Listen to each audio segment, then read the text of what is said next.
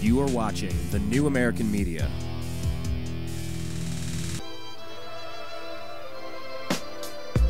Happy Friday, December 28th. America, world, solar system, Milky Way, galaxy, everything that's ever been thought or imagined. My name's Brian Engelman. Welcome to Agree to Disagree here on thenewamericanmedia.com. Thank you so much for joining us. It has been a hectic Christmas week. A lot of stuff going on. You know, all of the events and all of the activities and all the festivities and, you know, the ups, the downs, and the busyness. It has definitely been busy around here. But it's been a pleasure. It's great that you all are listening to us. Thank you very much for joining us. Quick bit of homework here. If you're not following us on Twitter, go to American_media_. We're on Twitter at American_media_. Follow us. We send out good things that you need to know about, things to consider, things to make you laugh, things that are related to sports, but a lot of politics, a lot of important stories. We try to keep it, well, the important stuff mixed with some things to give us a break from those things. We also do a show called The Unhappy Hour. That's our sports show. But definitely follow us on Twitter. Like our Facebook page, thenewamericanmedia.com. And do us a favor, subscribe to the YouTube channel, youtube.com/thenewamericanmedia. I think what we're going to put up, we had a chance to speak with John B. Wells from Coast to Coast AM on his home turf for once. He's been a guest on our program many times, and those are all in the archives there on the YouTube channel. But we were on for, 5 or 10 minutes on Coast to Coast last Saturday in his backyard of Coast to Coast AM, one of our favorite radio shows of all time. So it was a privilege, and I think we'll be posting that up for you to take a listen to, so make sure you check back. There's a lot of stuff going on. We're going to do, I don't know if it's going to quite be an abbreviated show, but Dianne Feinstein, Michael Moore, David Gregory, Benghazi, gun owners, and maps of homes like child abuse offenders. Yeah, people are printing these things and sending these things out. The FDA approving genetically modified salmon. Weird. TSA scanners laughing at naked images and more. We're going to bring in Blake, the eccentric Walley. Blake is a co-host of mine. Well, let me rephrase that. I am a co-host of his. I jump on his eccentric perspective radio program, and we're going to bring him into the show. So let's see how this goes here.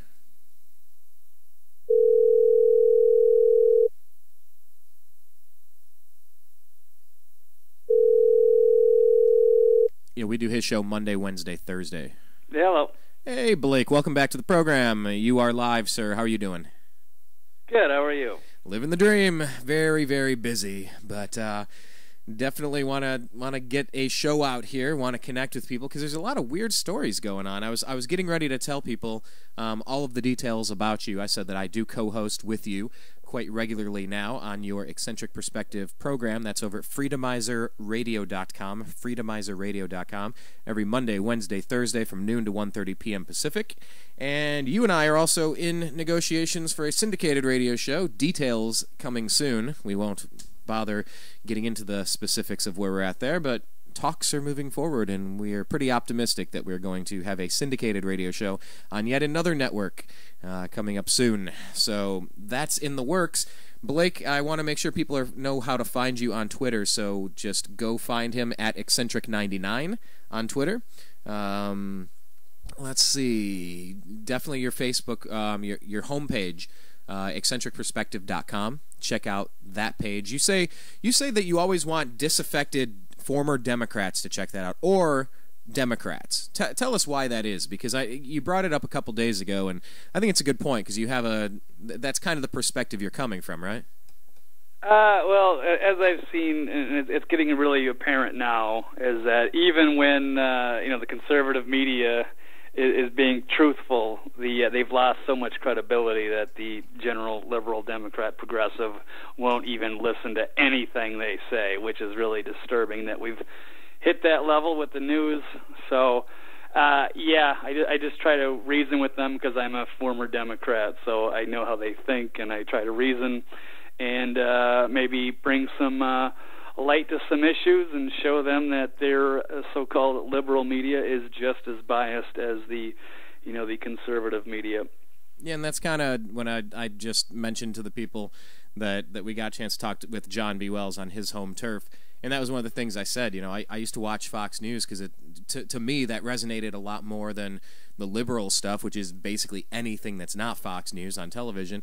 But when they're not standing up against the Patriot Act and they're not taking the right stance on the Federal Reserve, and they're not addressing issues like the NDAA, and they're not talking about Goldman Sachs backing all of the candidates, and you start realizing that they're just playing you. They're kind of just playing you for a fool. They want you to root for the red tie candidate, the puppet candidate with the red tie. You got to root for that guy. That's your guy. Everyone else over there, they're bad. And then you turn on the other channels and they say the same thing. The guy in the red tie, he's bad. Blue tie, good. And it's really caveman. It's very basic and primal in its rooting desires. It's almost like a football game, isn't it? Yes, and they're both experts at talking about why the other side is wrong, but they never seem to understand why they're right or why their people are right.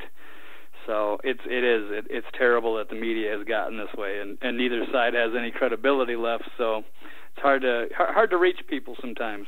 Well, that's why we do the new American media, because, and I tell this story often, Blake, but the way that I found you is you were out there.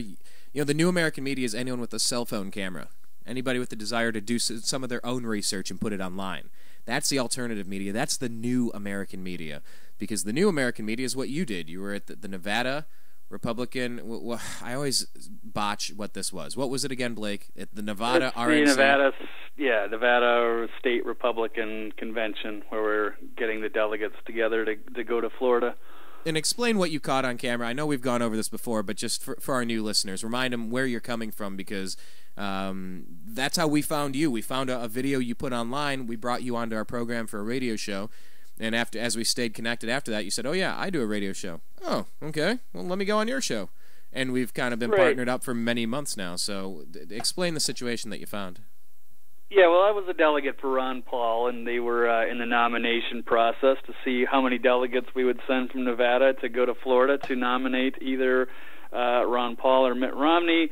And I caught some fraud. The Romney campaign was handing out a fake slate of candidates to kind of trick the Ron Paul people into voting for the wrong candidate, and they even had the piece of paper was the same neon kind of yellow color, and the names, there's some similarities with the names, but same first names, last names, things were all messed up, and it was just there to deliberately trick people into voting the wrong people. So yeah, caught it on camera and got it published, and then Brian called me for an interview, and the rest is history.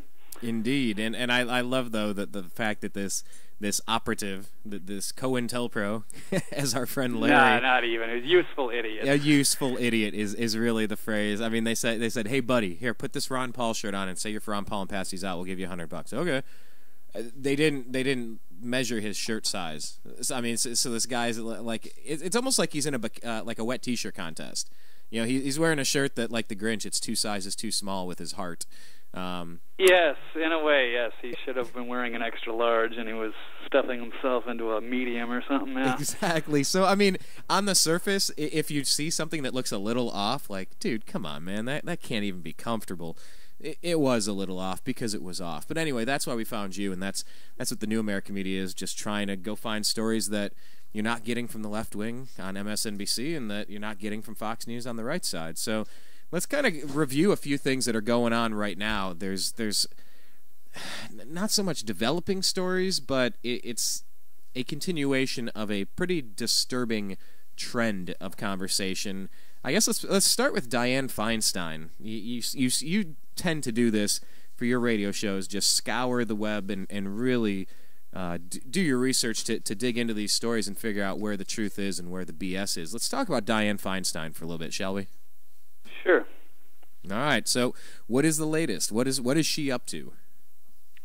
The latest is a big backlash over her, I guess, putting some very dangerous legislation that she wants to bring up in the new session of Congress. And so there's actually a petition going on right now that was announced today. It's calling for treason against the Constitution. So yeah, it's a pretty big deal, I would say. So yes, her legislation causing outrage, and I'm not sure exactly where to start with this. I should say start with the reason why, or what's going on now. Okay, well let me say this is off the NRA website. Senator Dianne Feinstein, Democrat of California, shocking Democrat of California, right. Author of the federal assault weapon and large ammunition magazine ban of '94 through 2004. Has announced that on her first day of the new Congress, January 3, she will introduce a bill to which her 1994 ban will pale by comparison. On December 17th, Feinstein said, quote, "I have been working with my staff for over a year on this legislation, and it will be carefully focused," end quote, indicating the depth of her research on the issue. She said on December 21st that she had personally looked at pictures of guns in 1993. What? What does that mean? And again in 2002. Okay, I'm sorry. I really don't. Say that again? Yeah. Yeah, I don't understand it. It says that she personally looked at pictures of guns. Okay, that's kind of stupid. According to a December 27th posting on Dianne Feinstein's website and a draft of the bill obtained by the NRA, the new ban would, among other things, adopt new definitions of assault weapon that would affect a much larger variety of firearms, require current owners of such firearms to register them with the federal government under the National Firearms Act, and require forfeiture of the firearms upon the deaths of their current owners. What? Some of the changes in Feinstein's new bill are... Well, here's a few bullet points. Pardon the pun. Reduces from 2 to 1 the number of permitted external features on various firearms. It adopts new lists of prohibited external features. It carries hyperbole further than in the 1994 ban. Expands the definition of assault weapon. Requires owners of existing assault weapons to register them with the federal government under the National Firearms Act, or the NFA. Prohibits the transfer of assault weapons. Prohibits the domestic manufacture and the importation of magazines that hold more than 10 rounds of ammunition. Targets handguns in defiance of the Supreme Court. Okay, so she's specifically going after handguns there also, and contains a larger piece of window dressing than the 1994 ban. These are just a few of the brief. I'm not going to get into all of the details, but I want to kind of give you a general overview. Fingerprinting? I did not mention the fingerprinting. What do we have there? Big one. We got a nationwide registration of all guns and gun owners, and it's complete with fingerprinting. Nice. So, and a certification from your local police chief, who must vouch for you being allowed to own a weapon. So, yeah. You have to personally vouch. How are you going to personally vouch? What? I mean, in a city like Las Vegas or Los Angeles, who in the world could personally vouch for anybody? So they want to make it this negative thing where you have to prove you have to jump through hoops to say, look, I passed all your tests. I'm allowed to have my Second Amendment now, right? Instead of the opposite, if someone's a madman, they're denied access to it, which seems to make sense. Or you pass a law banning murder. Wait, we already have that. But let's talk for a second about this, because this whole national registry. So if anybody wanted a master list then of people that are armed, if you wanted to disarm the American people one day and just go after everyone, a very targeted sweep, wouldn't that actually be dangerous to be in a federal database to identify yourself as someone who has a weapon, right? We've seen this in history as well. It's actually happened with, I believe, Adolf Hitler, who first required gun registration and then gun confiscation. Yes, it's kind of it's a pattern. Yeah. So now, once they know, who's got what, where you live, what you have, it gets to be some very dangerous territory there. Now, I remember recently where they came around doing the census. I don't know if they did this at your place, Blake, but they were actually GPS tagging my front door. Talk about creepy, up close and personal.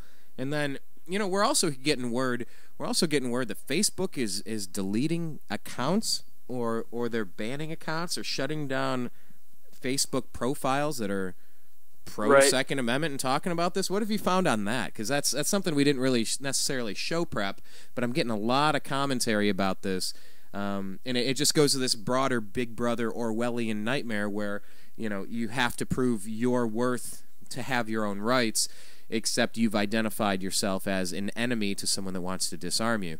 Right. What are you hearing about this Facebook front? Well, here's an article here, and there's actually a couple of outstanding articles by Mike Adams. One out of Natural News, and this one is Facebook bans Gandhi quote as part of revisionist history purge. So I don't know if many people know this, but Gandhi, peace activist, as well as, we can get into this later, actually had a comment about the right to bear arms. And it is a quote where Gandhi himself says, "Among the many misdeeds of British rule in India, history will look upon the act depriving a whole nation of arms as the blackest." So the blackest day of all the British colonial rule. It sounds like a familiar story from, 1770-ish, the 1770s of America with the British occupation, where they eventually wanted to try to outlaw all guns, that the people couldn't own guns. And I guess they did the same thing over in India. And Gandhi says that was the worst thing that they ever did, basically. And so what happened? Mike Adams put that up, and then it was taken down. What's his website, by the way? What's that one? This is out of naturalnews.com. Right. You can find a lot of his work on InfoWars as well. So the historical quote was apparently too much for Facebook censors to bear. They suspended the account and gave them a final warning that one or more violation of their so-called community guidelines would result in their account being permanently deactivated. And then they demanded that we send them a color copy of government-issued identification in order to reactivate their account. So their account was removed from suspension just minutes before InfoWars posted its article on the Facebook censorship. And so, so I guess their Facebook page is out of Natural News, and that was taken down. And well, I did hear this. I did hear from our buddy Dan Johnson over at Panda. I really had about 2 minutes to catch up with him today. It's really been a bit of a hectic 12 hours for sure. But his understanding was that there was additional content put on there that violated community guidelines, and it wasn't Second Amendment related. And I'll tell you what, you and I, let's both keep digging into this. If it's a whole lot of nothing and it was really about something else, that's fine. But let's just keep our eyes peeled, because they say, oh, well, why not? Why not just go on a national gun registry? What's the big deal? Why not just get fingerprinted and then be allowed? Well, what if a bad person took control? And what if a bad person didn't want all of the political enemies? You remember President Obama, he said, no, don't boo, vote. Voting's the best revenge. Remember that, like the week before the election? And yep. I think he was on, where was he at? Was it Univision, where he was talking about going after his enemies? And it was really just strange language. Now, I'm not saying this guy's the guy, but it could be the next woman who's president or the next guy that's president. It doesn't matter. You don't want these types of powers to be in people's hands, especially when everything has been pre-identified through Facebook, through Twitter, through GPS tagging, through keyword searches, unconstitutional Fourth Amendment violating, Patriot Act type snooping into Gmail or Yahoo or telephone conversations, warrantless wiretaps, GPS tracking devices attached to cars without warrants.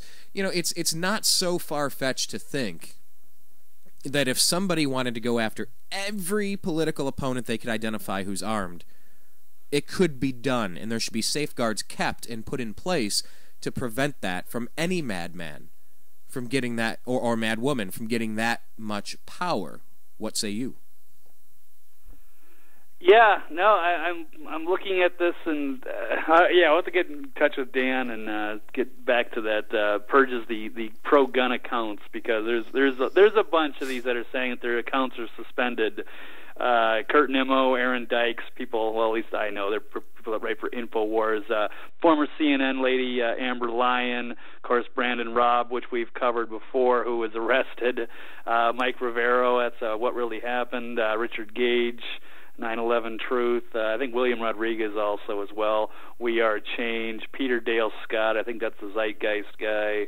Yeah, there's a few people that have been supposedly in the last 24 hours that Facebook has purged their account. I don't know. So, yes, that's a good thing to follow up on.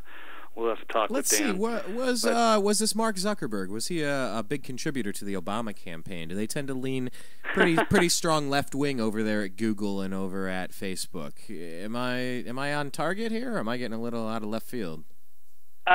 It's probably not that far-fetched, so I don't really know how much Zuckerberg has to do with day-to-day operations, but any idea that they're trying to, like, censor stuff off the Internet, I mean, there's one, you gotta, that's going way too far, and Facebook is supposed to be your own little place to go vent stuff. I mean, I can understand if you're spreading violent stuff, or, calling for violence, or you're spreading deliberately false stuff. Maybe that would deserve a warning, I guess. I don't know. But that's even a gray area. But to actually just shut down people's accounts because they're, pro-gun messages or what have you, that doesn't make any sense. Let me take a listen to this real quick. We have the President of the United States here. Who is this? Who has the President of the United States? Thank you so much, Facebook, for hosting this, first of all. Oh, wait a minute. Hang on here. What is this? That guy's voice sounds familiar. My name is Barack Obama, and I'm the guy who got Mark to wear a jacket and tie. Oh, they're buddies. And in fact, if you'd like, Mark, we can take our jackets off. Okay. No, that's good. Ooh, cue the Barry White. Hey now. All right. Let's take off our jackets, he says.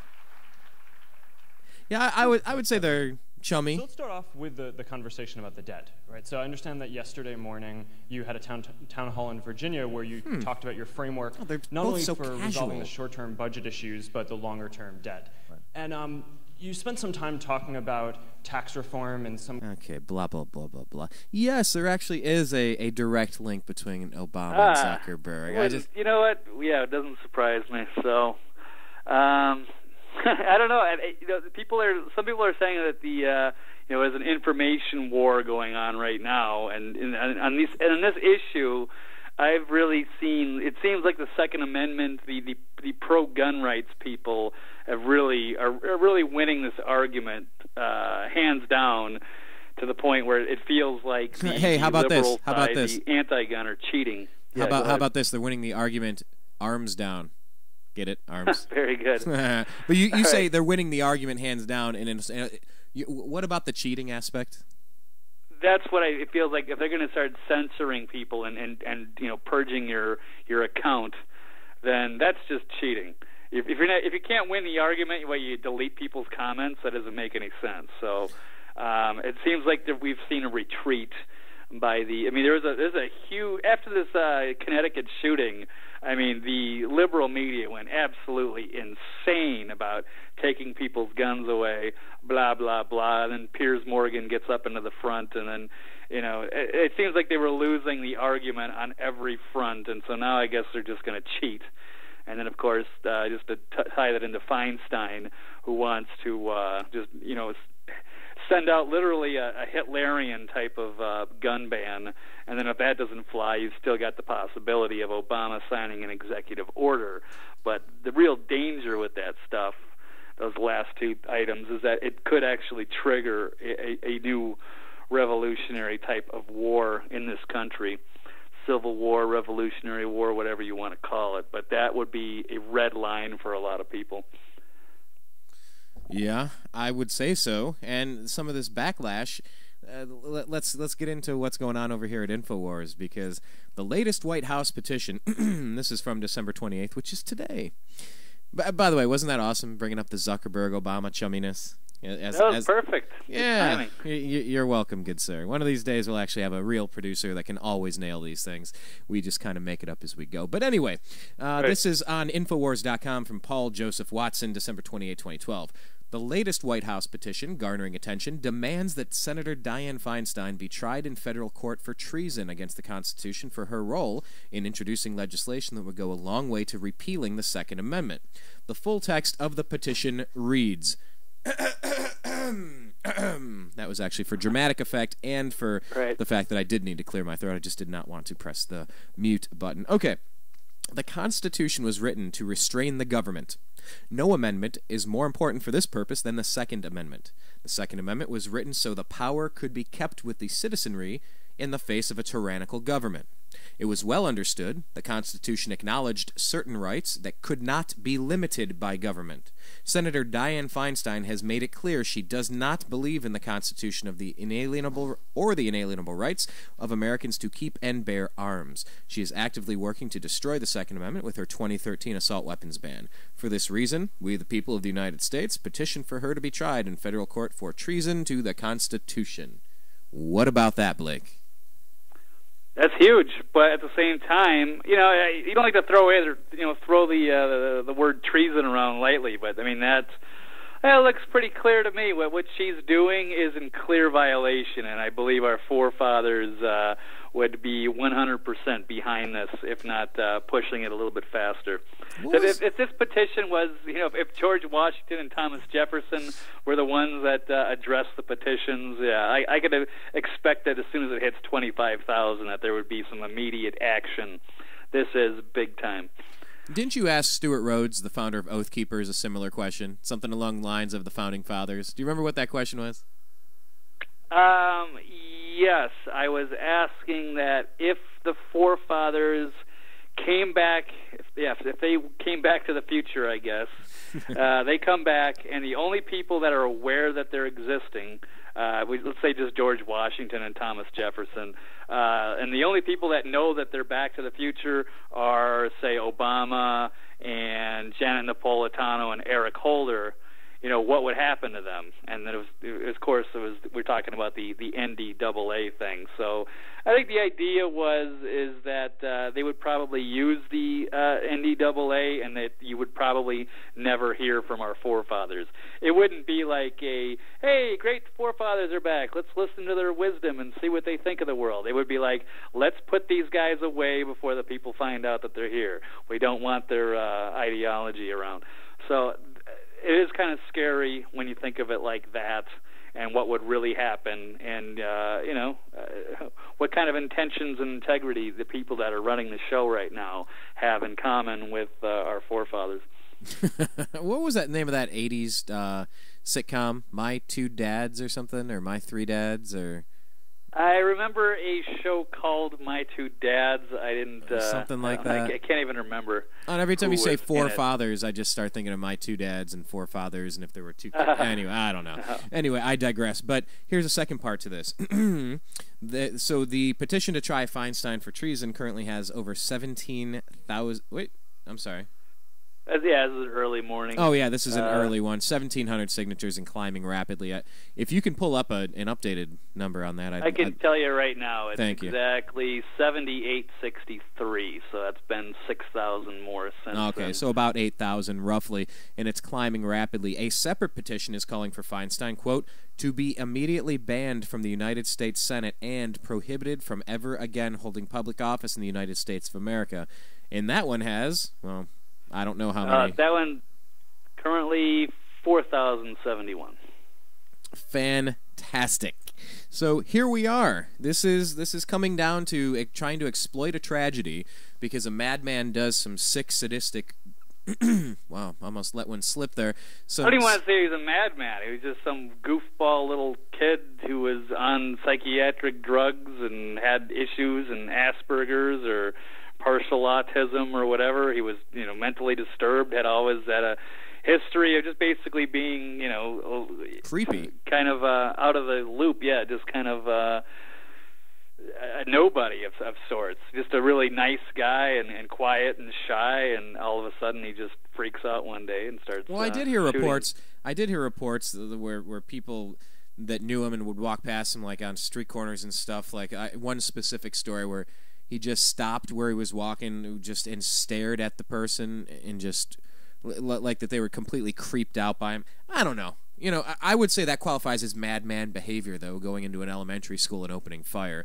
That's pretty mad activity, whether, you know... Yeah, he lost it. But, I mean, you could look at his history, and nobody would have thought that. Nobody would have gone, oh, this guy's, you know, the type of person that would do something like that. It was obviously, you know, on or off his meds or what have you. But, he definitely was a troubled kid with some odd social disorders, for sure.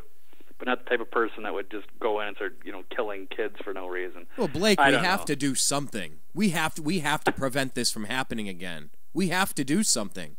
Right. So we have to take everybody's guns all over the country so that doesn't happen again. You know, and it's horrible. It's horrible. You know, any tragedy like this is miserable. But after a car crash, you don't ban all cars. Well, you can't. Well, yeah. You know, my friend Sean Flynn, one of my best friends out here in California, the drummer in my band, you know, he died in a motorcycle crash. So do we ban motorcycles? Or after September 11th, we got to ban airplanes? No. But these people on the left want to keep banning guns for some reason. Why is it that they want us disarmed so badly? What is it about their psyche? What is their ultimate agenda? Why is it they're trying to keep me from the opportunity to defend my family, myself, my life, my person, my life, my liberty, my pursuit of happiness? Nobody has a right to take that away, but they keep trying. They keep trying to push this crap every single time to exploit a tragedy because we have to do something. And it doesn't make sense, Blake. I really don't understand why. Well, yeah.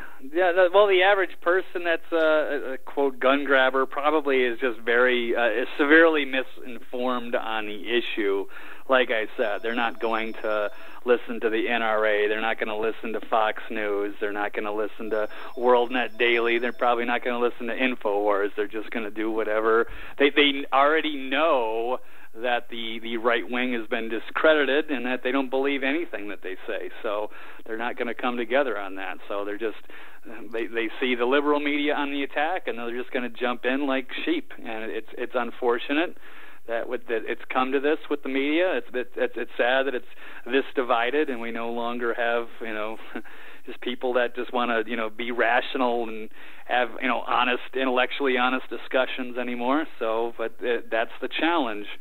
So I don't know if you want to get into the conspiracy theory angle of why the people that are actually that are, you know, able to make the laws want the guns removed. I guess it gets into another story. And that gets into the conspiracy theory angle, which we can get into. We can delve into if you want, but I don't know, Brian. Where do you want to take that? Well, we want to speculate. Why do people want to take guns away? Why did Hitler and Stalin and Mao and Pol Pot and, you know, every vicious dictator, when they got into power, why did they always want to take guns? They were just misunderstood. They were just misunderstood, right? Something like that, yeah. So, I mean, I can't obviously. I don't want to get into the idea that might happen under Obama or something like that. But I mean, once you disarm the public and get them all registered, you're opening the door, and you're really swinging the balance of power. And when you have let's just call it for what it is. Our government is pretty corrupt and losing a lot of credibility.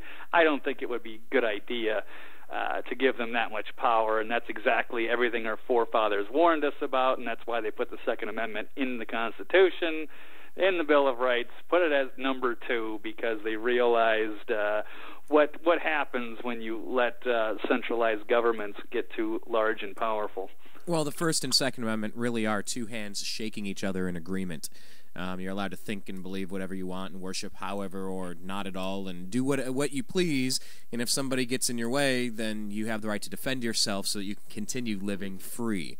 That's the Second Amendment. They really do go hand in hand. They're two hands shaking or two hands clapping. But What is this? Because there's something additional here. I want to get to just kind of briefly gloss over the Michael Moore and the David Gregory stuff, because it's all related. It's in the Piers Morgan stuff. It's all so transparent. It's all so foolish, but it all is at least worthy of a brief mention. But before we do, I wanted to kind of get to what is this concept now that maybe making the White House a gun-free zone. And there's a few new things going on also. I swear to you, we're going to wrap up this gun talk at some point, audience.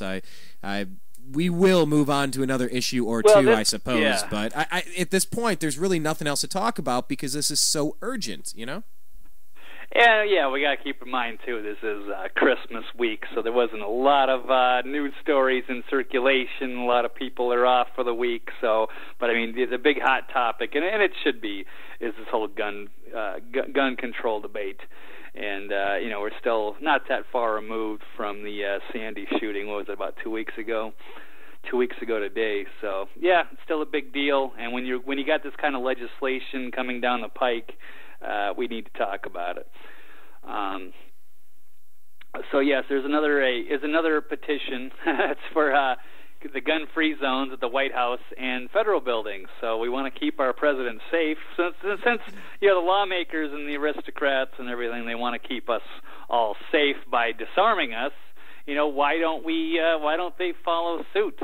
So, it's funny because, the Wayne LaPierre of the NRA got absolutely crucified for, suggesting we have, armed security at schools. But it turns out that, Obama, or you mentioned David Gregory, I believe their kids both go to the same school, and they have 11 armed guards at their schools. So... that seems to be blatant hypocrisy. But I thought guns are dangerous, and you got to keep them out of schools. That's what I thought after the last couple of weeks. But apparently not. Not if you're an aristocrat, and not if you're somebody very important. So then you can have armed security. You can have Michael Moore. You can have armed bodyguards. Or Piers Morgan or David Gregory. It's okay for them to have guns or armed bodyguards with them, but not for the general serfs. No, it might be too dangerous.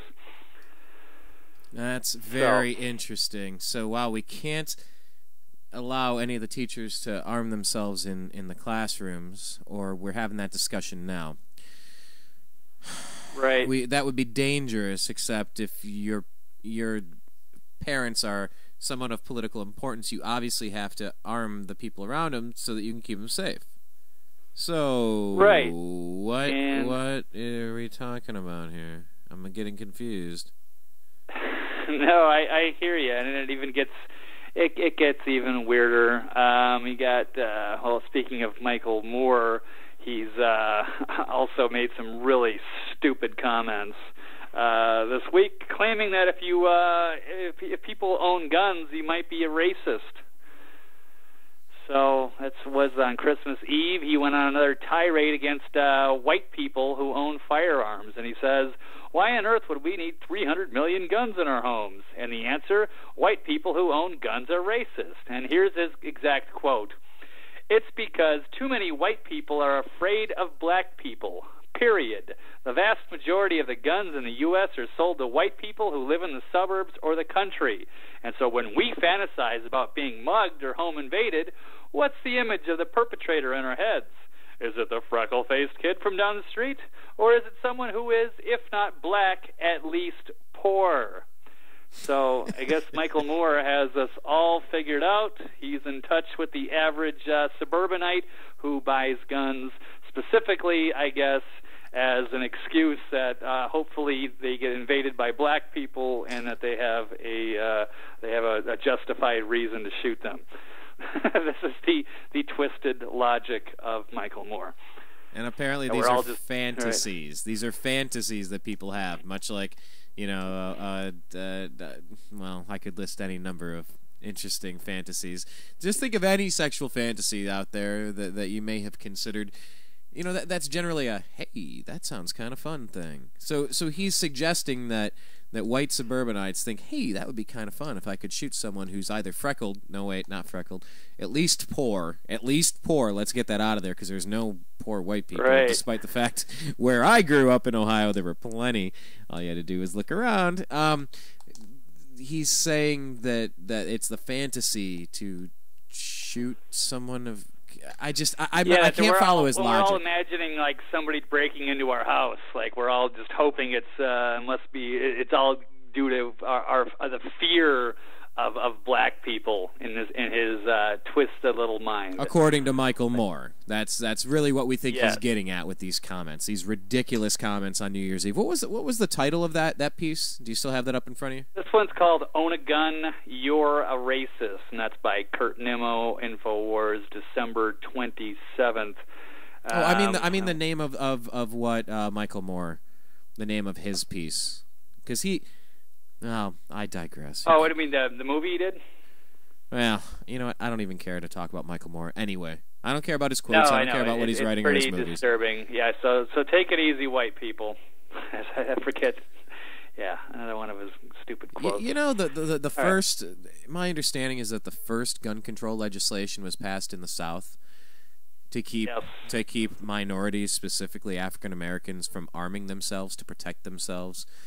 You understand what the gun is? It's the great equalizer. They didn't want slaves owning guns after they were freed, and so the KKK was largely instrumental in passing those laws to make sure that the former slaves didn't get uppity and get upset and go after them or defend themselves from them. So, and it's very ironic, yes, because you have the Jason Whitlock comments. You got the what were the Jason Django Whitlock movie comments? That just came out. What were the Jason Whitlock comments? That's the sports. The NRA reporter. is the new KKK. Yeah. Who says that Jovan Belcher and his girlfriend would still be alive today had he not had a gun? Yes, some really idiotic comments. Yeah, I would say Which so. was told, again, by Bob Costas. Yeah, thank you, Bob, and NBC. Yeah. And NBC. I'm sure there's no agenda there. Way to be a company man, Bob. Yeah, well, whatever the case. It's ridiculous to think about it in the context where Ulysses S. Grant was the person that really destroyed the KKK, and he became one of the presidents of the NRA. He fought politically and in his private life and in the NRA to give every American equality. There's that famous quote, God made man and Colt, meaning Colt guns, God made man and Colt made man equal. For any elderly person, any not so strong person, any potentially targeted group of people. Insert these, for example, homosexual, minority, any religion other than Christian, our diverse melting pot of people that could be attacked by idiots like those in the KKK. Those types of people were defended by the NRA because they believe in equality. And so when people are trying to exploit a tragedy, whether it's Gabby Giffords, whether it's the Batman thing, whether it's Columbine, whether it's Sandy Hook, yes, bad things do happen. And more bad things happen in vehicles, actually, in automobiles. Every day, every single day, we have not pushed to ban vehicles. We have not pushed to ban cars. All right, yeah, look, I get the airbags thing. That's cool. I get the brakes. I get that you need to take just a general proficiency class.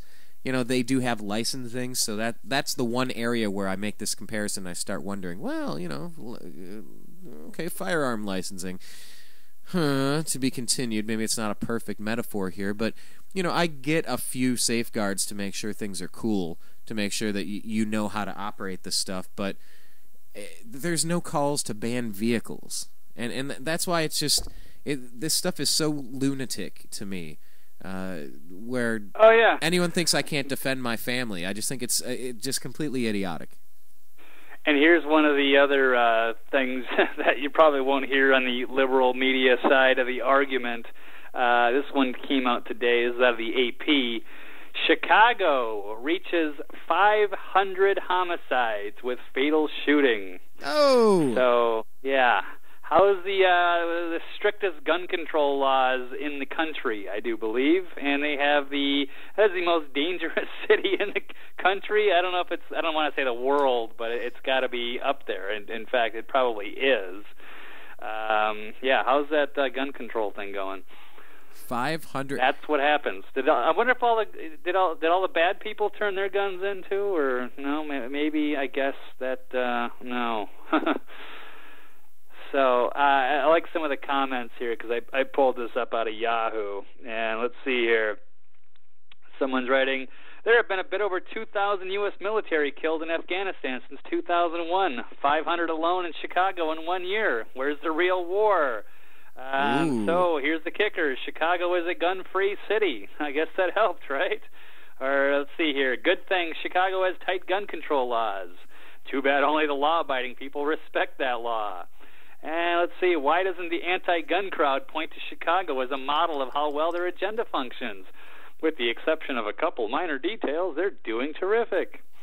And let's see, anti-gun people need to step back for a second and realize that regardless of gun bans or not, criminals will always have guns. Taking them from law-abiding citizens does not help to take them away from criminals. And do we tie that into Mexico? They have some pretty strict gun control issues over there. And how's that working out for the people? You got 55,000 dead people in the last several years over there on the border because of the drug. Yeah, the drug cartels didn't have to turn their guns in. How's that working out? Let's see. Did they turn their guns in, or did Eric Holder help them get guns? What happened there with Fast and Furious? Eric Holder, guns? What? Well, Obama has used his executive privilege. I'm sure there's nothing to hide. Holder has been held in contempt, but is still walking around freely. So, yeah, nothing has been done. Actually, he's been going after the financial sector. Except, oh wait, no, he didn't find any. He didn't find any problems. So, yeah, there's no corruption going on. Yes, Don John Corzine still running around. Oh, yeah, it's been a lovely administration. Perhaps the most transparent administration in the history of presidencies. Right. And we're building a segue for another administrator. Well, here, Eric Holder. What is his job right now? He's the Attorney General. Attorney General. What is that job about? That is the number one cop. I guess that'd be kind of the equivalent of the top police officer in the country, the Department of Justice. Oh, you know what? That's where I remember Eric Holder from this. I've also asked the school board to make a part of every day some kind of anti-violence, anti-gun message. Every day, every school, at every level. One thing that I think is clear with young people and with adults as well is that we just have to be repetitive about this. It's not enough to simply have a catchy ad on a Monday and then only do it every Monday. We need to do this every day of the week and just really brainwash people into thinking about guns in a vastly different way. Whoa, man. Whoa. Brainwash. Okay. Fast and Furious. The top cop in our country, yes. Fast and Furious, he runs illegal guns down to drug cartels, and you know what? One of those guns kills U.S. Border Patrol agent Brian Terry. Imagine if that were your father, or your brother, or your son, right, or your husband. Well, and hundreds of people on the other side of the border, yes. Thousands. Or just hundreds for Fast and Furious.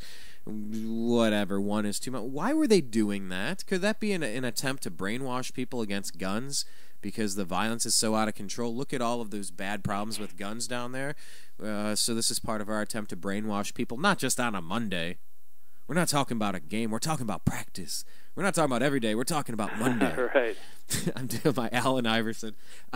So what in the world was Fast and Furious about that killed Brian Terry? Why is Eric Holder, who wants to brainwash people every day about guns? No, that's right. MSNBC said that anyone that suggests that Fast and Furious is part of some left-wing conspiracy, says Rachel Maddow, to stir up public sentiment against the Second Amendment so that we could pass gun restrictions. We're crazy lunatic fringe if we even mention that. But Eric, well, all they got to do is release the documents and prove us wrong. So it's yeah, I know, it's ridiculous. Hey, you know what? Speaking of ridiculous, that's the easy solution, you know. Speaking of ridiculous, here's the documents. We weren't doing anything wrong. Here you go. Okay, no problem. Sorry about that. Sorry for the inconvenience. No. What about Benghazi? Yeah, that was the other one I was mentioning. Yeah. Yeah. Another big department head. The Hillary had a little touch of the Benghazi-itis and a concussion, and yeah, I don't know. I heard she was back to work, but she's given up her spot as the Secretary of State, and they can't swear in John Kerry until she testifies, from what I understand. So I don't know if she's going to testify yet or not. That's another person that might have a few things to share, and they're trying to avoid the information and the details. Now, Benghazi, what happened there? That was a spontaneous uprising over a YouTube video, right? That's what. Right. It was the innocence of Muslims, and it upset them so much that they gathered up and had a big riot, and a few people died. Nothing to see here. Wait. No. Yeah. No. All right. Yeah. Go ahead. No chance that there was gun running from Libya through Turkey to get into the hands of the Muslim Brotherhood in Syria, as we continue this Muslim Brotherhood thing, this growing caliphate thing in northern Africa, spreading into Europe, and who knows, maybe coming home to roost at some point. I know it has nothing to do with gun running. You know, my question... Oh, we'd certainly like to know. We just can't get any of the questions answered. These people are testifying off record, or they're not showing up, or... Of course, we still haven't talked to any of the survivors of Benghazi. What's that about? Tell me what's that about. What is that all about? The survivors of Benghazi. What do we need to know here? That almost sounds like a bad a bad indie band name. Right. We're the survivors of Benghazi. No one's allowed to go visit them. One of the big prosecutors of this Benghazi thing, or I don't know if we call him a prosecutor, a congressman, Utah, was it Jason Chaffetz, I think? Chaffetz. He wanted to go, and Chaffetz, all right, yeah, he wanted to go visit them in the hospital, but he wasn't allowed to, or something like that. So, yeah, we can't really get the full story there. So, I don't know. There's maybe a little cover-up going on, perhaps. Okay, well, so, you know... it's transparent, real. The most transparent in the history of transparencies. All right, moving along here. Let's get away from this, because these are stories we've covered before, but I'm not going to stop. You're not going to stop. The people checking out the newamericanmedia.com, the people checking out Eccentric Perspective and Freedomizer, we're not done with this. Don't think you're going to sweep this under the rug and we're just done. We're just going to walk, oh, okay, yeah, it's cool. When do the Cowboys play? Isn't RG3 pretty awesome with his dreadlocks and he's so fast? Yeah, football. Right. I mean, come on. I'm really supposed to go back to sleep and just completely medicate myself with television and just get back to sports? No, this is weird, because the cover-up in Benghazi, this whole cover-up is 10 times weirder. I've heard stories. We've been in Iraq, we've been in Afghanistan for a while, different missions, different things, and you hear, a roadside bomb, an IED, injured 3 and killed 7, and you're like, oh, that's horrible. But never on any of these things have you had such a bizarre cover-up. Just a totally botched cover-up. Trying to tell these fake stories and then hide the truth, and knowing that they were watching it in real time, and knowing that the media is protecting him because it's in an election. Like no, you can't let this cat out of the bag. We got to make sure our boy gets elected. What? Really? At the expense of our military, our brave servicemen and women. It's almost like they wanted him to die. They had a drone there, but they didn't help him. He was targeting him from up on the rooftop, targeting the site that was launching all the mortars in, and they didn't send it. They didn't pull the trigger to defend them.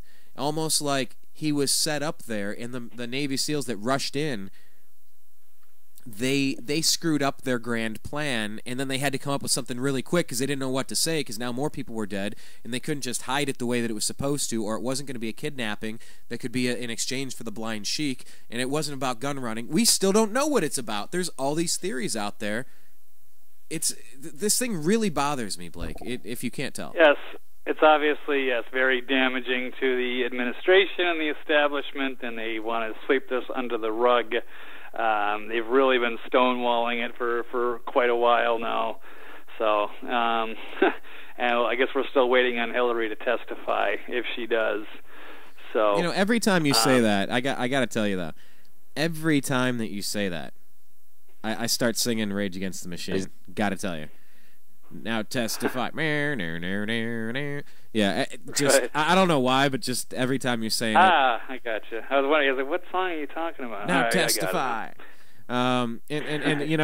Just for if people aren't familiar with the Allen Iverson thing I was talking about when Eric Holder said, look, we have to have an anti-gun message, not just on a Monday and then and then you come back to it on another Monday. No, I mean every day. Not a Monday. Not a Monday. I mean every day. And that made me think of the Allen Iverson rant. So just for the heck of it, I'm going to play it. It's easy to sum it up when you just talk about practice. We sitting here, I'm supposed to be the franchise player, and we're in here talking about practice. I mean, listen, we talking about practice. Not a game, not a game, not a game. We talking about practice. Not a game. not the game that I go out there and die for and play every game like it's my last. Not the game. We're talking about practice, man. Not Monday. Not a Monday. Not a Monday. I mean every day. Every day, an anti-gun message to brainwash. We're talking about practice, not Monday. Right. I don't know. Anyway, in case the listener, hold on, there's more. I mean, how silly is that, man? We're talking about practice. Talking about Monday. I know I'm supposed to be there. I know I'm supposed to lead by example. I know that. And I'm not shoving it aside, like it don't mean anything. I know it's important. I do. I honestly do. But we talking about practice, man. What are we talking about? Practice? We're talking about practice, man. We're talking about practice. We're talking about practice. We ain't talking about the game. We're talking about practice, man. When you come in the arena and you see me play, don't you? Absolutely. You see me give everything I got, right? Absolutely. But we talking about practice right now. But it's an issue that your coach we talking about practice. Man, I hear you. It's funny to me too. I mean, it's strange to me too. But we talking about practice, man. We're not even talking about the game, the actual game, when it matters. We talking about practice. Alan, is it possible though that? Okay, sorry. That was. It'd be nice if these sports reporters would, maybe like the White House press corps could take some notes. The sports. How come the sports writers are so much more vicious than the White House press corps? Yeah, you look at the Tim Tebow crucify everybody. A bunch of athletes that don't, little petty issues. Why can't they grill Eric Holder like that? You know what though, Tim Tebow. If they're gonna trade for him and bring him over there, he was a starter last year. Yeah, whatever. And your quarterback is lousy and you yank him. Why are you gonna jump over him to go to the third string? And then when that guy gets a concussion, why do you go back to your former first string? What do they have against Tim Tebow where they're not gonna give him the ball and see what he can do? Why in the world would they put him on that roster? What a mess. I thought it was weird when the Jets signed him to begin with, and I wouldn't personally not want to play for Rex Ryan myself and to be in the big New York media spotlight. It didn't make any sense. I thought Tebow would have been good on like the Patriots or something if they didn't have like Danny Woodhead. They would just have a multi-purpose guy they could, use in a variety of ways. But I don't know what they were thinking when they signed Tim Tebow. All right, moving along here, because this is more for the unhappy hours show. We're getting off topic. Nah, but you know what? This is really like a conversation. You and I, Blake, we're no strangers to the bartending world by any means. You know, you never know who's going to pull up a chair, sit down, listen, have a chat. You know, you're talking about sports one second, you're talking about politics the next, and for almost no apparent reason, I'm singing Rage Against the Machine, and then I bring up Allen Iverson and play you the clip. I don't know. What the hell? Why not? Hey, why not? Exactly. Well, I got 3 other stories on the radar, and we're probably going to wrap it up at this. By the way, one more reminder, this is Blake Walley. Check him out. Oh, the podcast, that's something I did not mention. You can check out Blake Walley's Eccentric Perspective podcast. So just go to iTunes and go to Eccentric Perspective, and it will be... you will be podcasted, you will be subscribed, you will be the proud recipient, and you can check out the proud recipient of Eccentric Perspective in your iTunes mailbox. And yes, I tend to co-host with Blake over there on Mondays, and then the occasional Wednesday and Thursday. So definitely check that out. The gun owners and their maps. Let's get back to this real quick, because we kind of went a little off track here. What is going on with people publishing the gun owners' names and addresses and maps, and what is going on here? Because there's now retaliation on the other side, where all the editors are having the interior photos of their homes posted, and where their kids go to school, and where there are bushes to hide behind. Like this stuff is getting crazy. Can you tell us what's going on with this? I can't remember which paper. I'm going to pull that article up because I do have it sitting here. It's a corporate media-owned website in New York has posted the names and addresses of pistol permit holders in 3 counties in the state. Yeah, as a Journal News, I guess, submitted, or maybe... it submitted Freedom of Information requests for the names and addresses of all pistol permit holders in Westchester, Rockland, and Putnam counties in New York. And it used Google Maps to pinpoint specific locations and included the names and addresses of all the permit holders.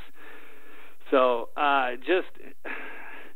it's amazing that they would even have the audacity to post that and to publish all the people who are gun owners. I mean, that's just, I don't even know what words to use for that. Imagine showing up on a database and people know where you live, and it's yet another reason to stay off of databases, right?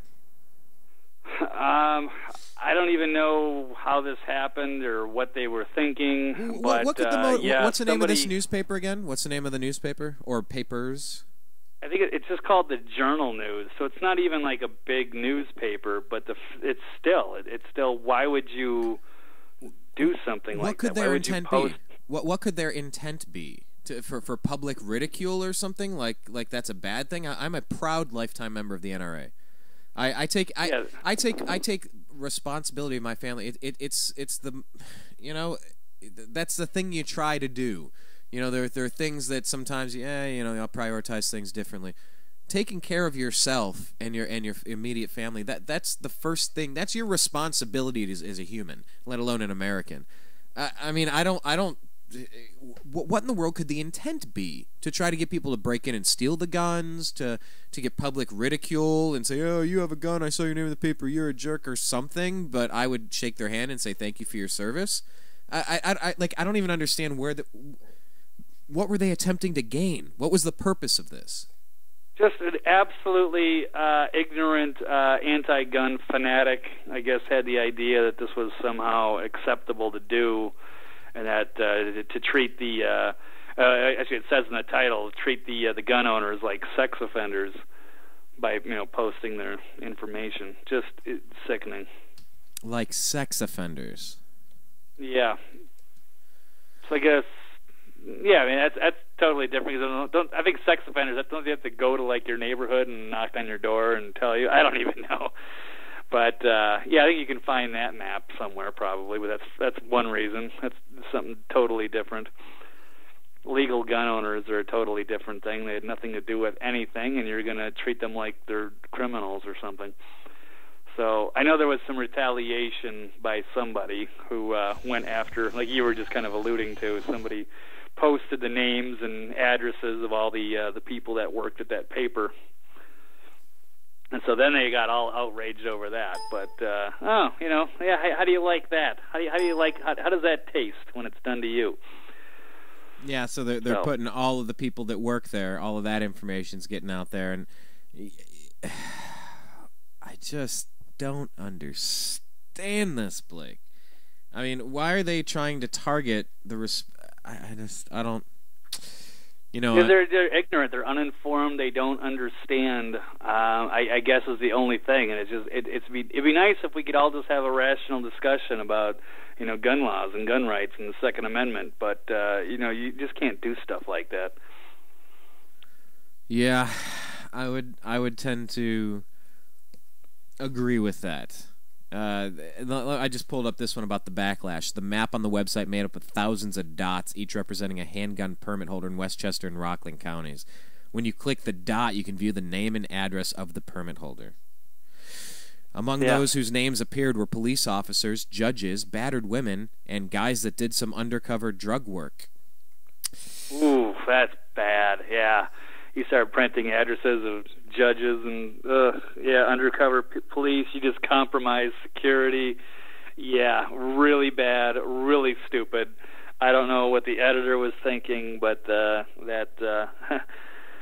really dumb. In response, some conservative blogs published the names and home addresses of the paper's publisher, Janet Hassan, and its reporters and editors, including the man responsible for comics, crosswords, jumble, Sudoku, and movie clock.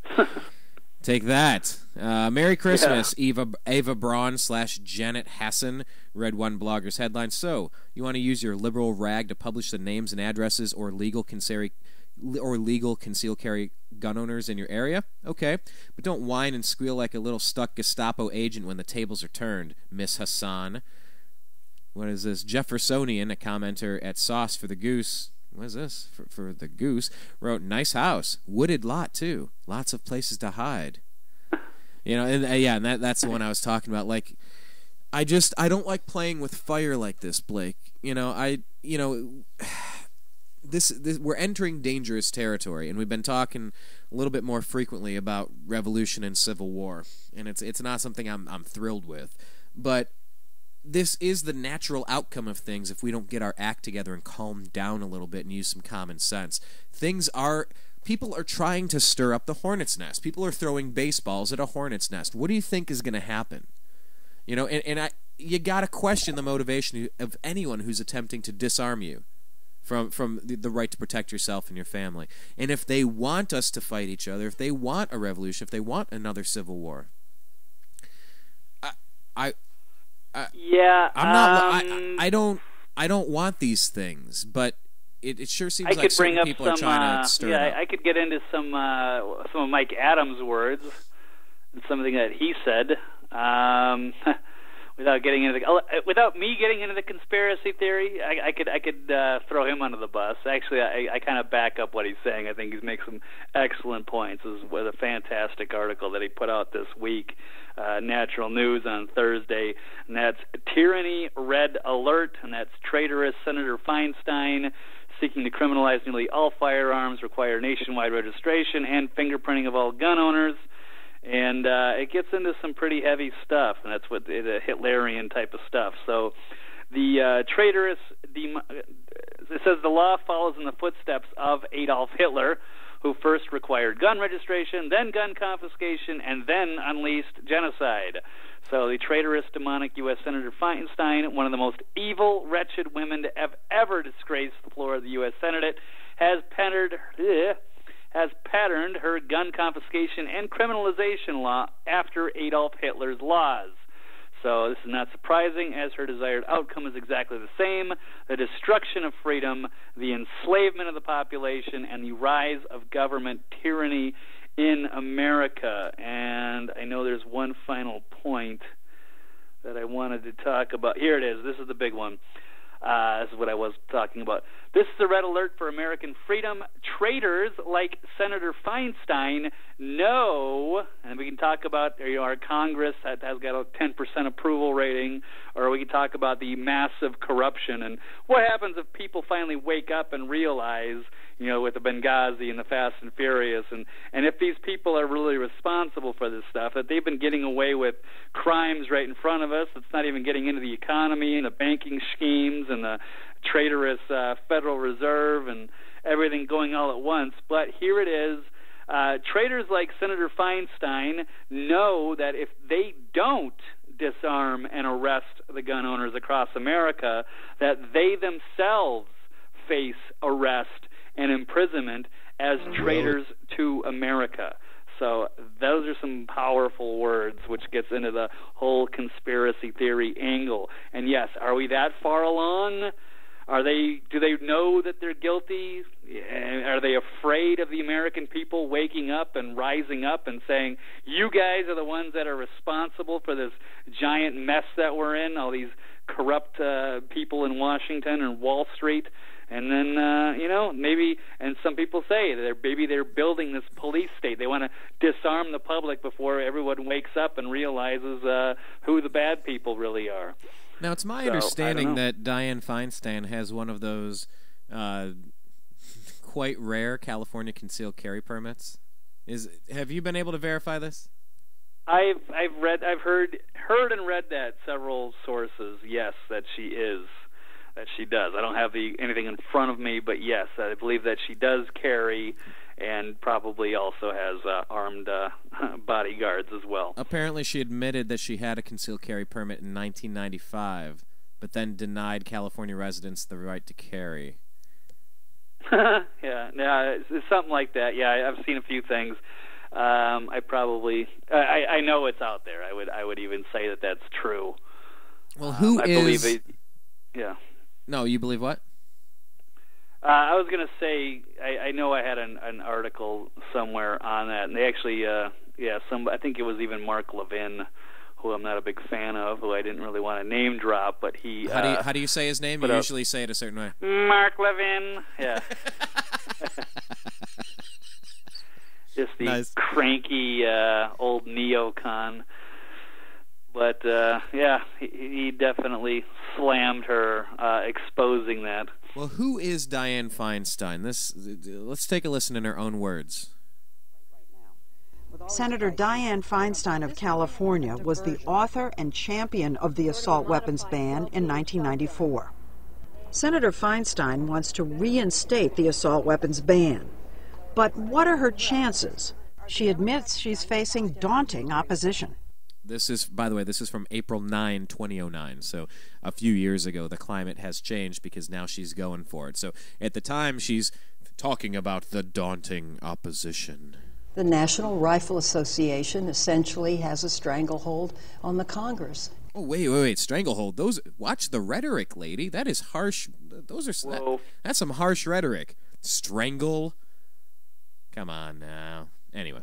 Has anybody, the Democratic leadership in the Senate, or anybody from the administration looked at you and said, back off? No. Nobody said a word to me.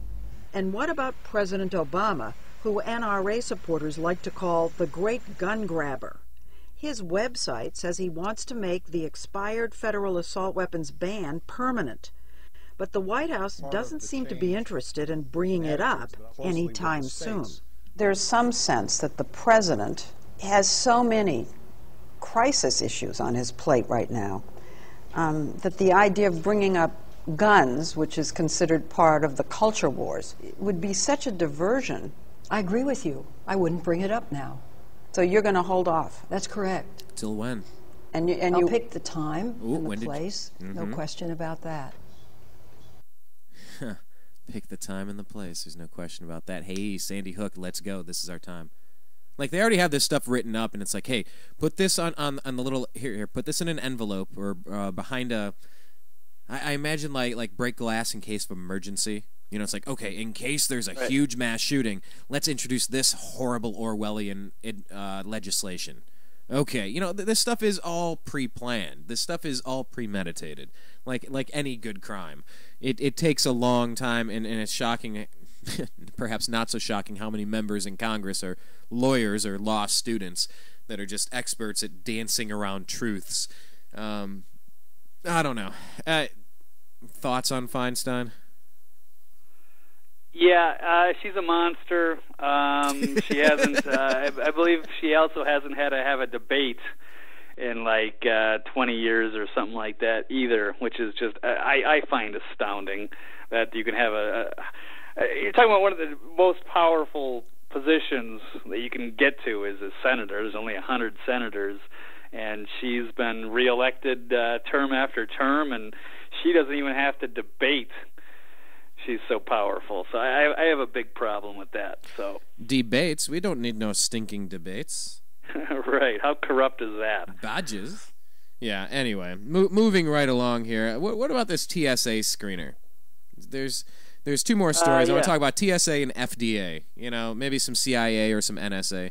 I don't know. But let's start with TSA. What is this thing you pulled up here? Because, you know, the crisis that occurred on September 11th led to all of this the TSA stuff. And, you know, some people complain about these naked body scanners, and then they say, oh, no, these things are fine. They've been tested. They're completely healthy. Go through if you're pregnant or if you're trying to get pregnant. Go through if you have certain medical conditions. Don't worry about the exposure. And don't worry, they're not really naked body scanners. See, they changed the image or something somehow. See? So what did you find today regarding this?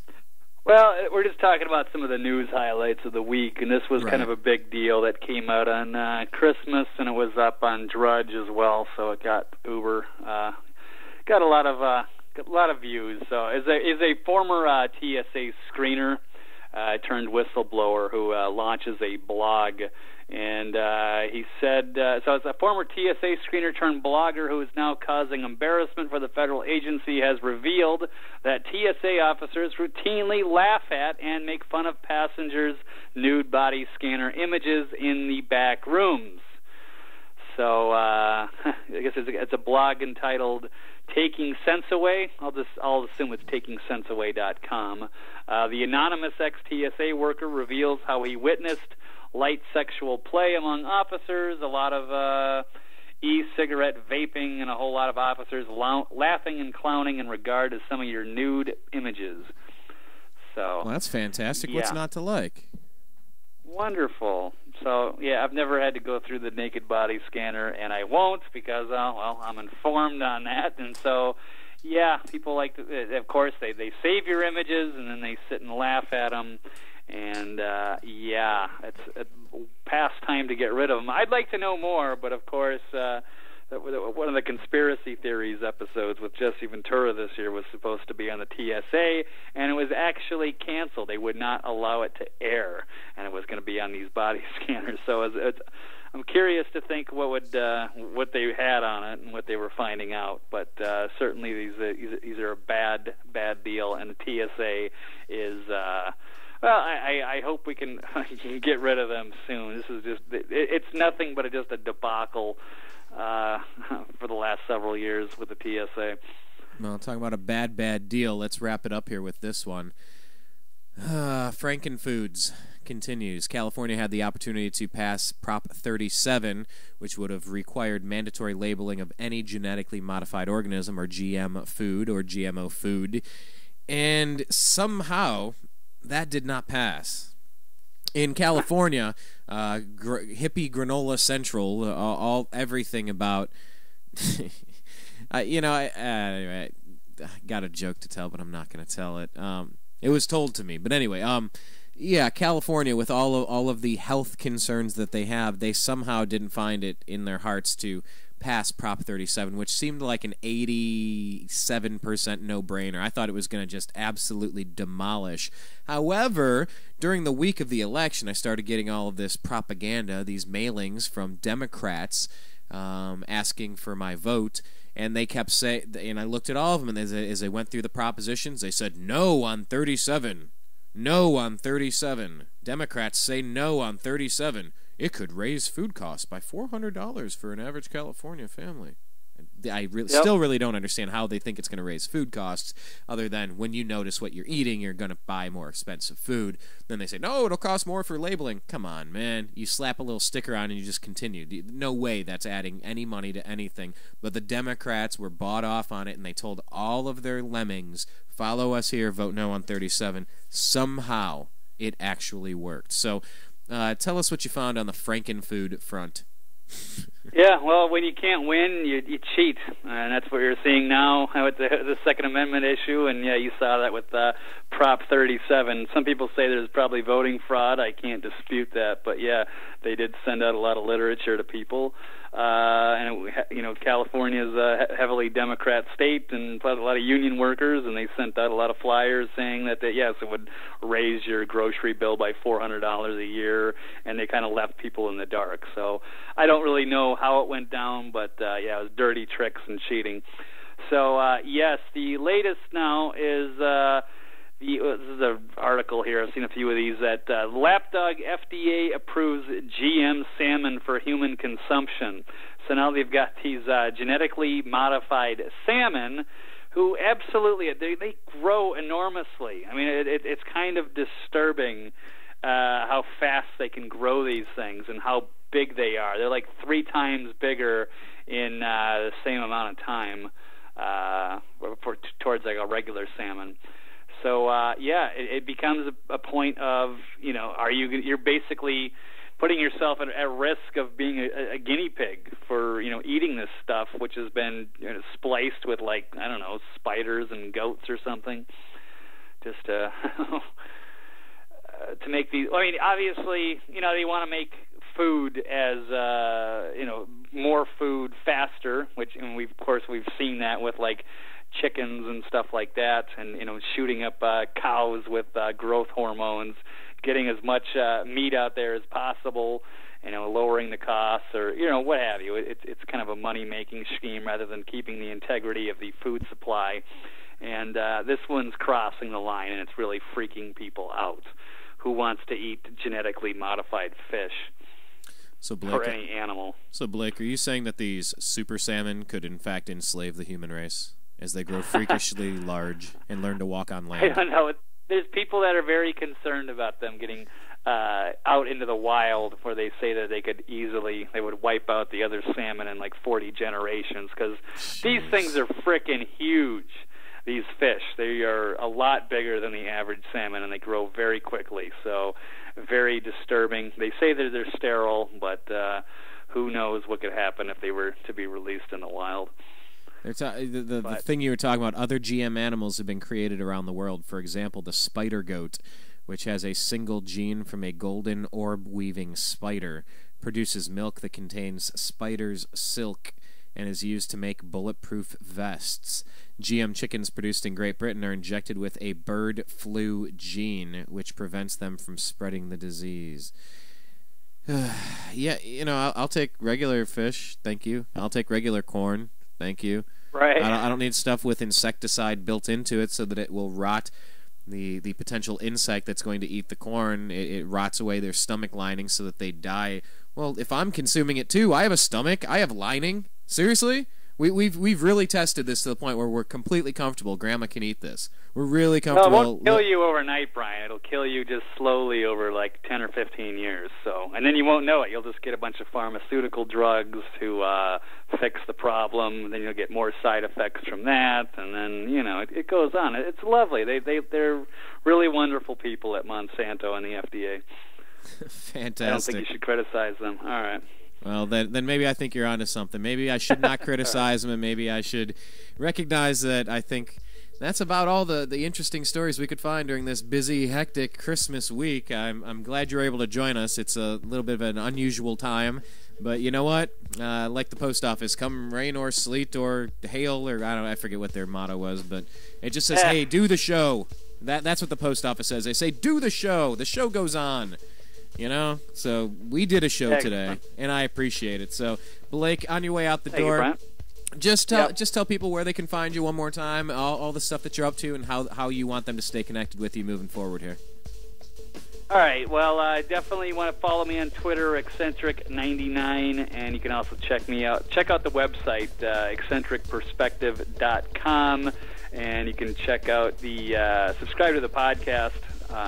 It's out of Freedomizer Radio. Please go to iTunes and check out Eccentric Perspective, and you can get it there. And I think that's about it. Rock on. Well, Blake, right. Thanks for joining us again. Blake, the Eccentric Walley. Thank Go you. check him out, everybody. Until next time, sir, you have a great evening, all right? You too. All right, everyone. You heard it. That is Blake Walley joining us again, as we tend to do so often here at thenewamericanmedia.com.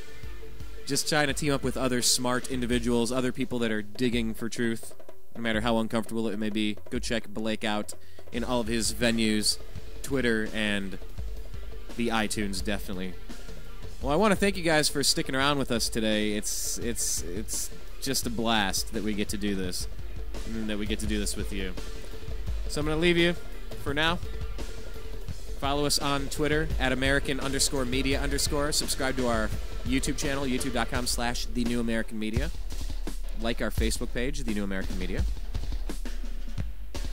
And here, just listen to some cool drumming. This is Metro by Twist of Nothing, featuring Sean Flynn and Johnny Rabb. Talk to you guys soon.